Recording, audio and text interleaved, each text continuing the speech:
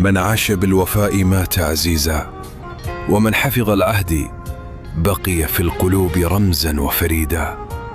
فنحن قوم إذا أحببنا أخلصنا، وإذا أعطينا أجزلنا، وإذا عهدنا وفينا.